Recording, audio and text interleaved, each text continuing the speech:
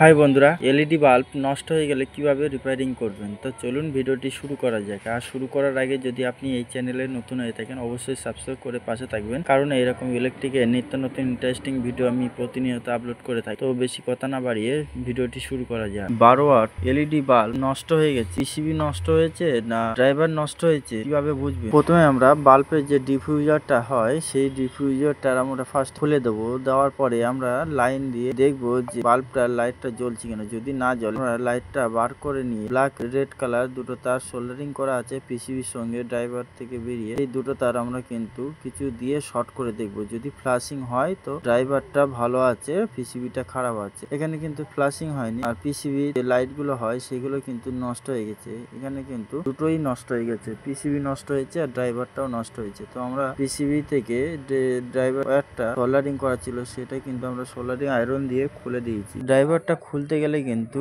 লাইটের যে ক্যাপটা আছে উপরের দিকে থাকে, সেই ক্যাপের উপরে কিন্তু সোল্ডারিং করা থাকে। সেই সোল্ডারিং আয়রন দিয়ে এরকম ভাবে খুলে নিতে হবে। নেওয়ার পরে কিন্তু খুব ইজি ভাবে ড্রাইভারটা বেরিয়ে আসবে। এবার আমরা মিনি ড্রাইভারটা লাগিয়ে দেবো। ড্রাইভারটা 9 ওয়াট 12 ওয়াটের পিসিবি লাগানো যাবে। লাইটের উপরে যে ক্যাপ আছে, ক্যাপের উপরে যে সোল্ডারিং করা ছিল খোলা হয়েছিল, সোল্ডারিং ওখানেই কিন্তু আমরা ড্রাইভারের তারটা লাগিয়ে দিয়েছি। দেওয়ার পরে কিন্তু আমরা সোল্ডারিংটা করে দেবো। এবার আমরা পিসিবিতে সোল্ডারিং করে দেবো, কারণ ওখানে সোল্ডারিং করা থাকে না, তাই আমরা পিসিবিতে সোল্ডারিংটা করে দেবো। দেওয়ার পরে ড্রাইভারের যে তারটা আছে সেই তারটার পিসিবিতে লাগালে কিন্তু খুব তাড়াতাড়ি সোল্ডারিং হয়ে যায়। এবার আমরা ড্রাইভারের তারটা পিসিবিতে সোল্ডারিং করে দেবো। তারপরে কিন্তু আমরা লাইন দিয়ে দেখবো যে লাইটটা জ্বলছে কিনা। তো দেখুন বাল্বটা কিন্তু আমরা হোল্ডারে লাগিয়ে দেখছি লাইট জ্বলছে। তো এরকম ইন্টারেস্টিং ভিডিও পেতে অবশ্যই লাইক শেয়ার কমেন্ট করবেন, আর ভিডিওটি কেমন লেগেছে অবশ্যই কমেন্টে জানাবেন। দেখা হচ্ছে পরবর্তী ভিডিওতে, তত সময় ভালো থাকবেন।